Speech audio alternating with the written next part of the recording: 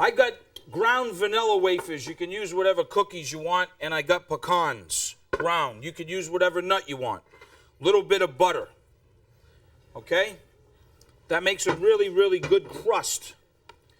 What you do is you make sure that you mix it up, and those vanilla wafers, the pecans, and that butter, nice and moist, mix it all in like this. Then in a spring-form pan, that's what this is.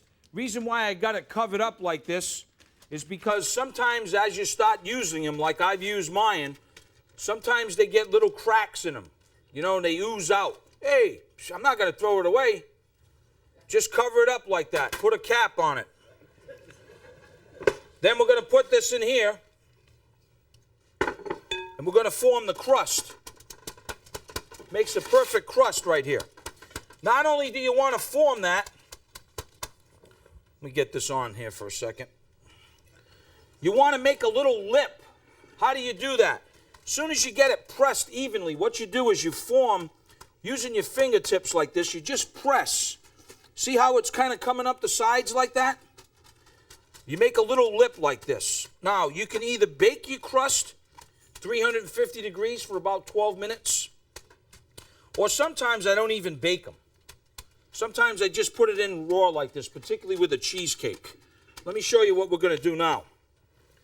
I've got some cream cheese right here. You got to soften it first. Not only when you're working with, this is a cheesecake, by the way, if you just like flown in from another planet. Not only do you leave it out to get room temperature, but you got to work it and get it smooth first. Then what I'm going to do is I'm going to add a pumpkin meat, vanilla, cinnamon, okay? Little flour, brown sugar. You with me so far? That was 5 ingredients.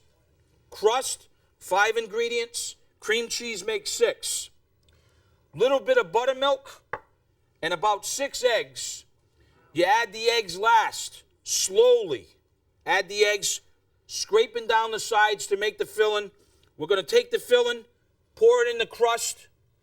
Then I want to show you another important thing while I'm making the filling. See, I've got this roasting pan in here, right? I got this roasting pan in here full with about 1/4 inch of water, because you need to take the spring-form pan, which is why I also got some foil on it, and put it inside of the water. You want to make sure it's very smooth. You see the bubbles that are happening right there? Let them just kind of do that for a little bit, okay? You don't need to put any more air inside of your filling like that. Scrape down the side of your bowl, pour your filling inside of the pan, right?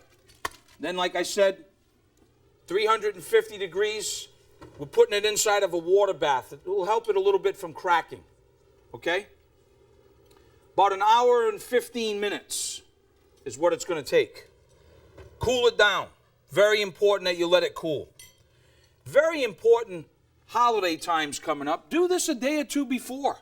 Cheesecakes get even better the day and 2 days after. When you're ready to unmold it, go around your spring-form pan, and then that's when you pop it like this. Okay? Here's how I like to finish it. I want to show you a trick. Use a little wedge. Now, folks, if you don't wipe your knife, you're going to have like messy cheesecake. You could either dip it in water and then kind of do this, or you can just do it dry.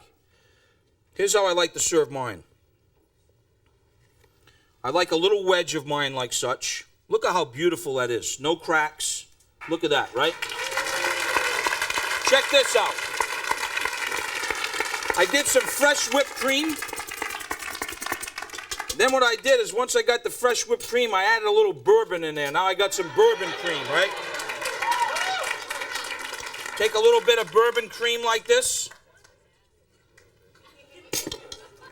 I like a little drizzle of chocolate in mine. I don't know about yours.